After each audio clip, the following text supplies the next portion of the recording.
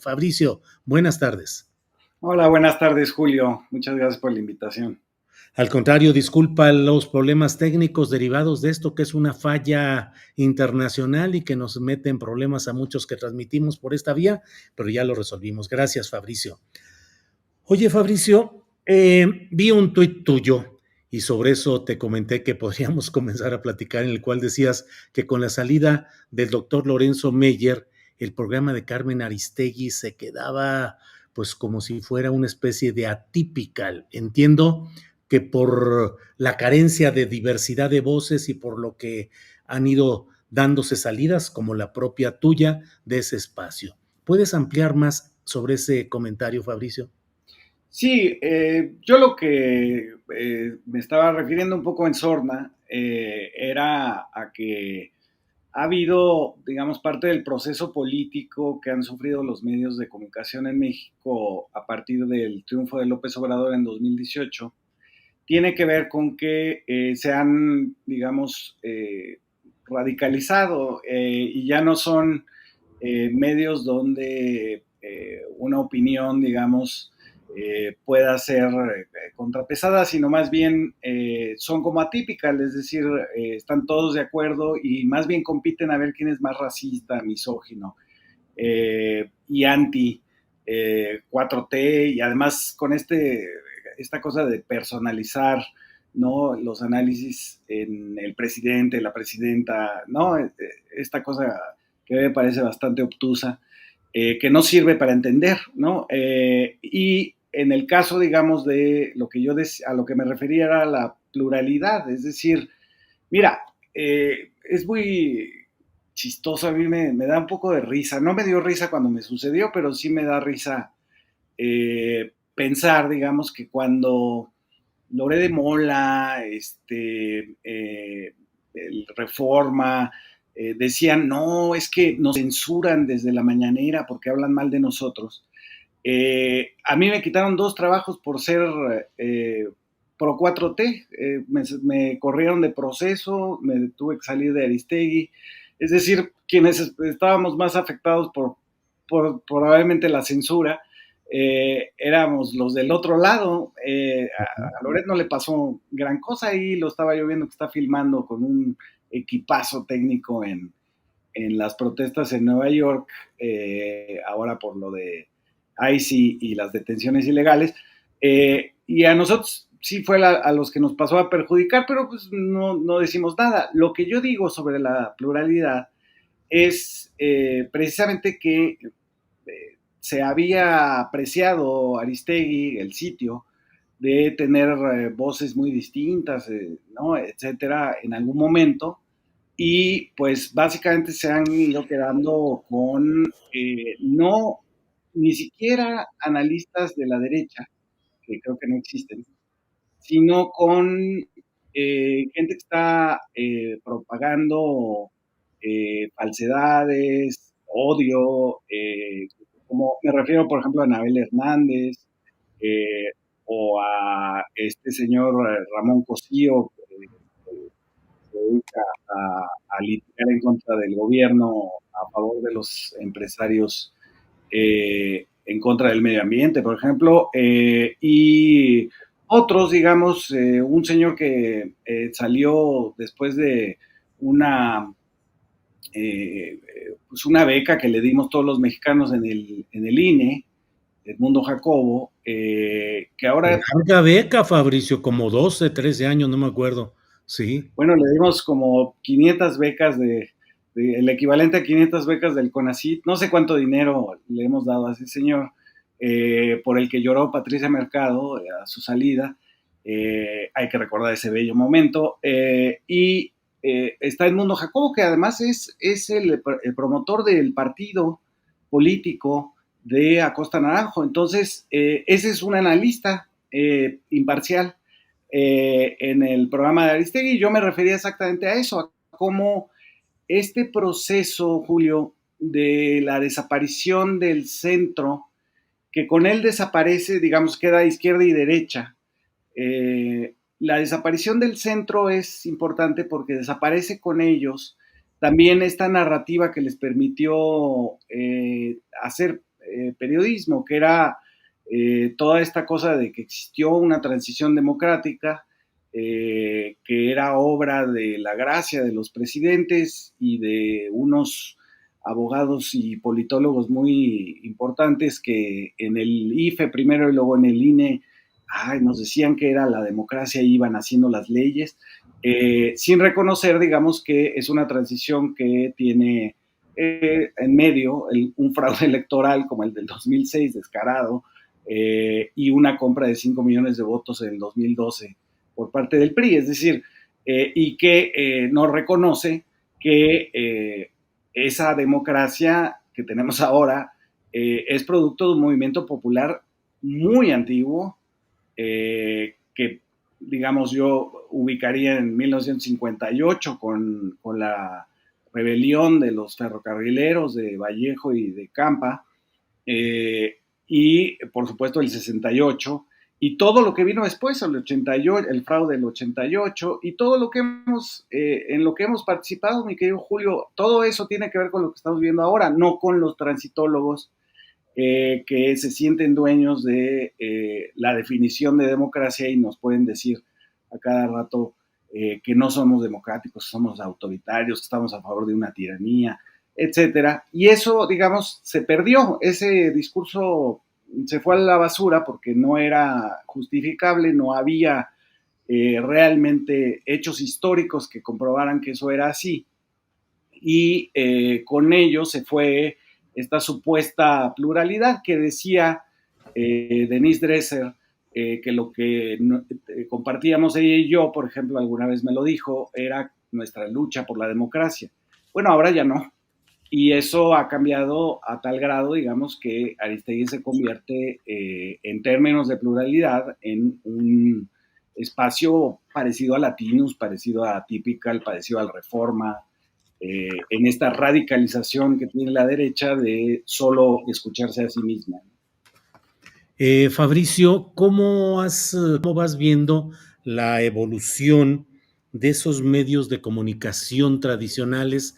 Y te digo, la persistencia de los espacios, al menos en términos económicos, funcionales, siguen siendo funcionales en términos económicos, de espacios como los de López Dóriga, Ciro Gómez Leiva, en fin, que siguen ahí trabajando y actuando en una línea que no corresponde a la realidad política, social y electoral del momento, pero que ahí siguen adelante. ¿Cómo ves esa evolución de los medios de comunicación tradicionales y también el tema de los medios públicos en los cuales, desde mi punto de vista, ya nos darás el tuyo, pues creo que ha faltado el suficiente presupuesto, ha habido apertura, ha habido creatividad, particularmente subrayo lo que ha sucedido recientemente en el Canal 11, pero en otros espacios, el 22, el 14, hay una mayor diversidad y una mayor apertura, pero no se está peleando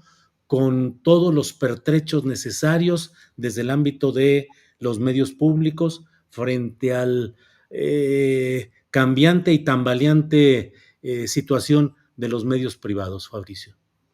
Sí, yo creo que hay que tomar en cuenta un cambio fundamental que hubo de, digamos, de los medios que tomaban la publicidad oficial como cohecho, como soborno, digamos, para comprar su línea editorial, a un cambio que hubo muy importante de parte de los dueños de los medios de comunicación, que se convirtieron, digamos, en el periodo neoliberal en parte de la élite. Es decir, ya no solamente tenían un periódico o un canal de televisión, sino que tenían cárceles, hospitales, carreteras, contratos para hacer el aeropuerto de Texcoco que se vendía. Eso fue un cambio fundamental y entonces, como parte de la élite, digamos, empezaron a hacer funcionar los medios privados a favor de eso, ya sin considerar a la audiencia, porque la audiencia ya se había ido. Ellos decían antes, confundían medios de comunicación con opinión pública, ¿no? La opinión pública los dejó, se fue a otros lados, a espacios como en YouTube, muchos otros, sin embargo, Rompeviento, etcétera. se fueron para allá y dejaron a los medios pues a su, digamos, encerrados en su propio conflicto de interés, que eso es lo que es, ¿no? Tú no puedes creerle a un medio como Latinus, por ejemplo, que sabemos que está financiado por la familia de Roberto Madrazo con dinero que era de una distribuidora farmacéutica que sacaba a su vez dinero del gobierno de Michoacán, de Silvano Aureoles. No podemos creerle nada que diga de salud o de vacunas o de la pandemia no podemos creerle porque tiene ese sesgo, tiene ese conflicto de interés con una distribuidora de medicinas que ha sido afectada por las compras consolidadas y todo lo que ya sabemos. Entonces, pero esto es un ejemplo, digamos, de lo que sucedió. Cuando estaban los vendedores de silencio, como diría célebremente Enrique Serna, de Negri y otros, lo que vendían era el silencio o tomaban la publicidad oficial como cohecho. Y eso cambió. Eso cambió sustancialmente cuando los dueños de los medios de comunicación empezaron a tener tantos más negocios que el medio de comunicación ya no era su negocio principal. Ahí está el caso Ricardo Salinas Pliego, cuyo negocio es no pagar impuestos. Y creo que ese cambio es fundamental porque entonces se quedan como una cola de una élite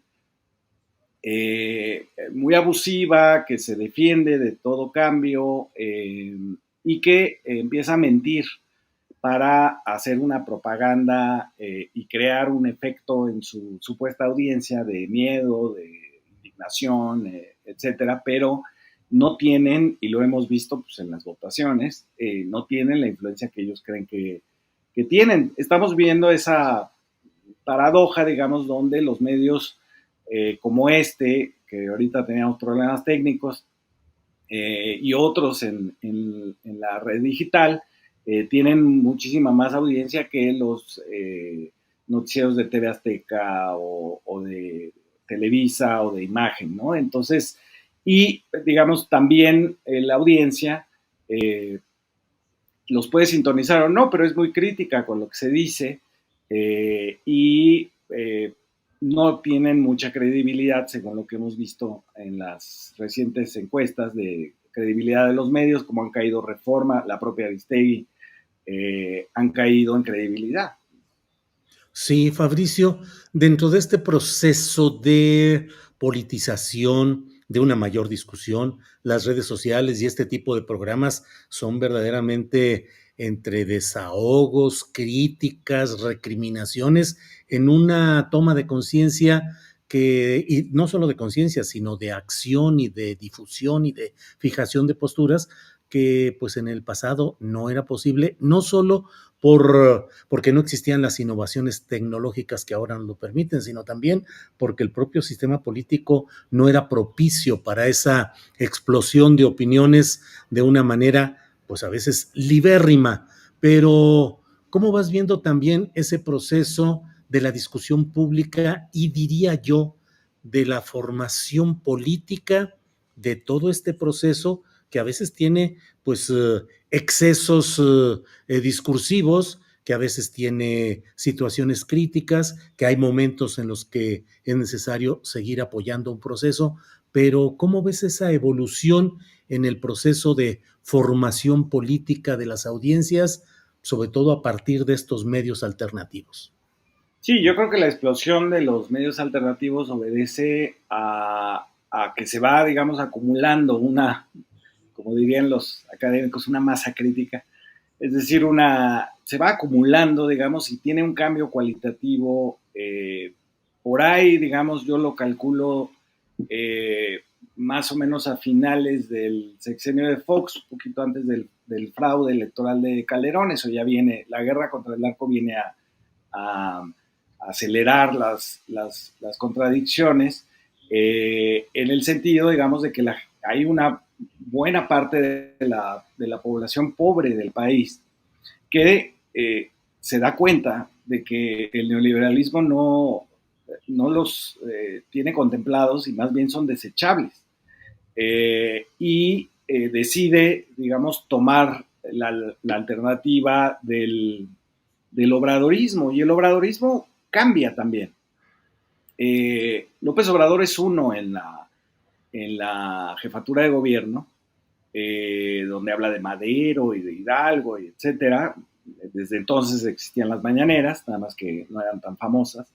Desde el gobierno del DF en ese entonces, y al ser, digamos, sacado del juego político institucional con el desafuero, López Obrador se radicaliza y empieza a visitar los municipios del país, y ahí es donde también en ese, digamos, ida y vuelta con la gente, se empieza a formar un nuevo movimiento que tiene cosas como muy claras, digamos, políticamente, que son una o dos, ¿no? Él las resume en no robar, no mentir, no traicionar, pero que funcionan para una expectativa, digamos, que efectivamente existe todavía en el país, porque hay la suficiente conciencia como para decir, este proceso es un proceso largo de cambio de régimen, y creo que ahí es donde está el cambio fundamental, y lo vemos, digamos, reflejado en los medios digitales. Bien, Fabricio. De lo que vas viendo y viviendo, ¿qué te preocupa respecto al proceso denominado Cuarta Transformación? ¿Qué te preocupa de lo que debe corregirse, de lo que debe analizarse con más cuidado? Y al mismo tiempo, ¿qué crees que es necesario en momentos como estos, en los cuales la garra gringa está encima, presionando y con un aparente alebrestamiento de segmentos opositores que creen llegada la posibilidad de revertir algo que en las urnas no han podido cambiar, pero creen que con la mano estadounidense podrían conseguir? Es decir, ¿qué corregir, qué te preocupa de lo que hay ahora y qué acentuar en este proceso de cambio? Sí, yo creo que una de las cuestiones que se tiene que profundizar es el combate a la corrupción, ya en los niveles medios, digamos. O sea, tenemos ya prácticamente la totalidad de los cargos superiores, digamos, del gobierno, de la administración, limpios de corrupción, no me queda duda, pero en medio, digamos, hay muchísima posibilidad todavía de la corrupción. A mí eso fue lo que me, me queda claro, digamos, por ejemplo, esta imagen que vimos ayer de Bernardo Batis siendo abucheado por los miembros de esa cosa que se llama aparato de justicia en México, que está lleno de nepotismo y de corrupción, etcétera. Era muy significativo decir, mira, están abucheando por el que votaron 13 millones de personas. Bueno, así está el asunto en el país. Y esa nata, digamos, que chiflaba, la estoy ejemplificando, pero bueno, existe en muchos lados, en muchas secretarías, en muchos lugares de la administración. Creo que hay que hacer mucho más un esfuerzo por renovar digamos, esos cargos intermedios, ¿no? Que permiten todavía la corrupción, el soborno, la extorsión, etcétera. Creo que es una cosa que hay que hacer, que hay que acelerar, porque la gente está pidiendo eso. Finalmente, el obradorismo fue una, digamos, conjunción de demandas de todo el país, cuyo tronco era la lucha contra la corrupción, o es la lucha contra la corrupción, y ahí es donde hay que dar mejores resultados. Y lo que dices de los Estados Unidos, pues sí, efectivamente, imagínate que se dio el caso, digamos, que el primer gobierno de izquierda de México, que llegó al poder por medio de las urnas, se topa no solamente con la pandemia, sino también con la llegada por segunda vez de Donald Trump, ¿no? Ya en un nuevo discurso que es mucho más radical que el anterior, digamos que era simplemente neoliberal, ahora ya es protofascista o fascista, y pues tenemos la frontera, somos socios, y tenemos una cantidad de temas que ellos blanden, nosotros del otro lado también. Es una situación complicada, pero como diría el clásico, gracias a Dios que nos tocó este gobierno y no otro, ¿no? Porque lo que habría que ver es qué hubiera hecho Peña Nieto, ¿no? En una situación así, ya hubiera entregado el petróleo, el litio y las tierras raras y todo a cambio de que Trump lo respetara. Y aquí creo que tanto el nivel de aprobación de Claudia Sheinbaum, que es realmente asombroso, como el nivel de rechazo a Trump. Ayer estaba yo viendo la encuesta del Pew Center. Somos el país que más rechaza a Donald Trump, más que los canadienses, ¿no? A los que ha eh, vapuleado con eso de que quiere que sean el Estado 51 y quién sabe qué. Los mexicanos somos los que peor opinión tenemos de Donald Trump, precisamente porque sentimos que hay un riesgo en la soberanía, con todas las manifestaciones que ha hecho, que son de muy diverso tipo, militares, injerencistas. Pues bueno, tuvimos Ken Salazar, el antiguo embajador, se despidió con una rabieta en contra de la elección que ya era constitucional del Poder Judicial, y recibimos a un boina verde agente de la CIA, ¿no? Sí. Fabricio, tú en lo personal, ¿cómo te sientes en todo este proceso? Pues ha sido un proceso, yo creo que tú, como muchos que salimos ahí en lo digital, que ahora la gente dice es la tele, te veo en la tele, dicen. Sí, sí, Es sí. muy interesante eso, cómo la tele ya no es los canales pues, con los que nosotros crecimos, que era este monopolio de dos televisoras, sino que la tele ya es YouTube. Eh, como te digo, como tú, como muchos otros que salimos ahí, pues digo, igual el momento nos obligó a hacer esto, digamos, a explicar, a tratar de analizar, a tratar de entender, eh, a señalar cosas que faltan, o cosas que están bien, a ver para hacia dónde en el largo aliento, como lo que siempre hace Lorenzo Meyer, que me encanta, que es como de la historia y luego sacar hacia un futuro mucho más amplio que este mes o la revisión del Tratado de Libre Comercio o la siguiente elección intermedia, sino más bien hacia dónde va ese proyecto, qué va a cambiar en la vida de la gente, etcétera. Bueno, pues nos vimos obligados, digamos, porque, como me decía Paco Taibo en el 2018, oye, es que somos bien poquitos, ¿no? Porque una parte, digamos, de esto que platicábamos al principio, de este centrismo, de ¿no? Decir que, ay, todos somos demócratas, estamos en contra del partido único. Eso se terminó. Y entonces, buena parte de la academia y de los opinólogos y hasta de los poetas, pues resulta que eran de derechas, ¿no? Resulta que no estaban apoyando el proyecto de transformación, sino que estaban prácticamente inventando madres. Entonces, eh, de veras, la gente que queremos analizar el asunto, entender el momento histórico, sabiendo que es un momento histórico porque incluso lo niegan los del otro lado, somos muy pocos y entonces, bueno, pues nos hemos desgastado en esto. Yo, ¿qué más te diría, Julio?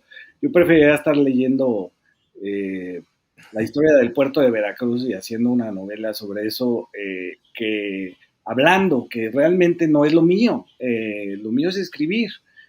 Por eso cuando escribo y luego les leo las cosas, resulta mucho mejor, porque no soy tampoco muy bueno hablando, pero bueno, nos hemos tenido que meter a esto también para explicar esto que Meyer te decía ayer de la, la, la posibilidad, digamos, de que nosotros estemos explicando este momento y que en 100 años alguien diga, mira, qué bien estaba esto o qué tarados eran.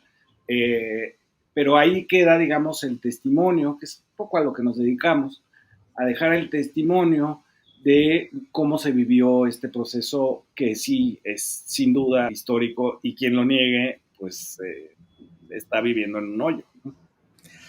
Pues Fabricio, muchas gracias por esta plática, por esta visión, por este análisis que compartes con nosotros y no nos caigamos en el hoyo y salgamos y sigamos como seguimos hasta ahora, adelante y caminando. Fabricio, a reserva de lo que desees agregar, agradecidos por esta plática contigo.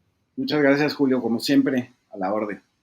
Bien, gracias Fabricio, hasta pronto. Hasta pronto.